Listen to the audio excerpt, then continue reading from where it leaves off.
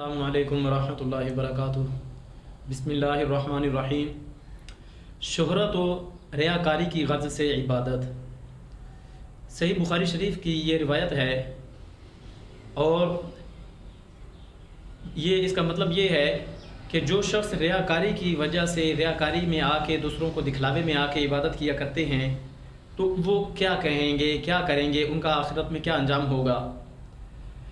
اس سے پہلے گزارش یہ ہے کہ آپ ہماری اس ویڈیو کو لائک اور شیئر ضرور کیجیے گا۔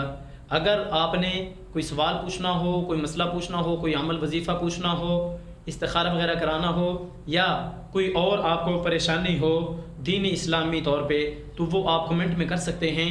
آپ کو اس کا حل انشاءاللہ بتایا جائے گا، اور حوالہ بھی آپ اگر کسی چیز کا مانگیں گے تو آپ کو حوالہ بھی دیا جائے گا۔ اور اس کے ساتھ ساتھ اگر آپ حضرات نے ہمارا اسلامی چینل فرقہ نہیں امت بنے، اگر یہ آپ نے چینل سبسکرائب نہیں کیا تو اس چینل کو سبسکرائب کر کے بیل پریس کر دیں تاکہ ہماری ہر ویڈیو آپ حضرات تک آسانی سے پہنچ سکے۔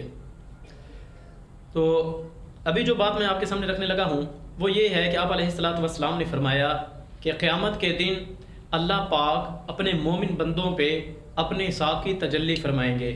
یہ بخاری شریف کی حدیث ہے، حدیث نمبر 4635 ہے، اور یہ باب یوم یکشف عن ساق میں موجود ہے۔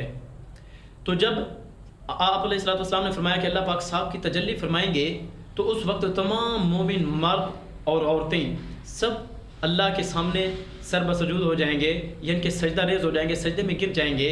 لیکن اس وقت کچھ لوگ ایسے ہوں گے جو سجدہ کرنا چاہیں گے لیکن وہ سجدہ کر نہیں سکیں گے۔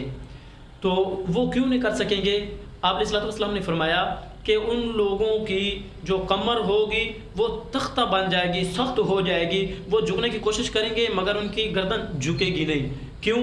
آپ علیہ الصلوۃ والسلام نے فرمایا کہ وہ دنیا میں رہتے ہوئے ریاکاری والے اعمال کیا کرتے تھے۔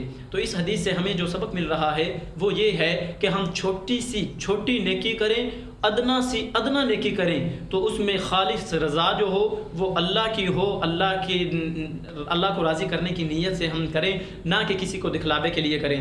دعا ہے کہ اللہ پاک ہمیں ریاکاری جیسے بد اعمالیوں سے بچائے، آمین۔ السلام علیکم ورحمۃ اللہ۔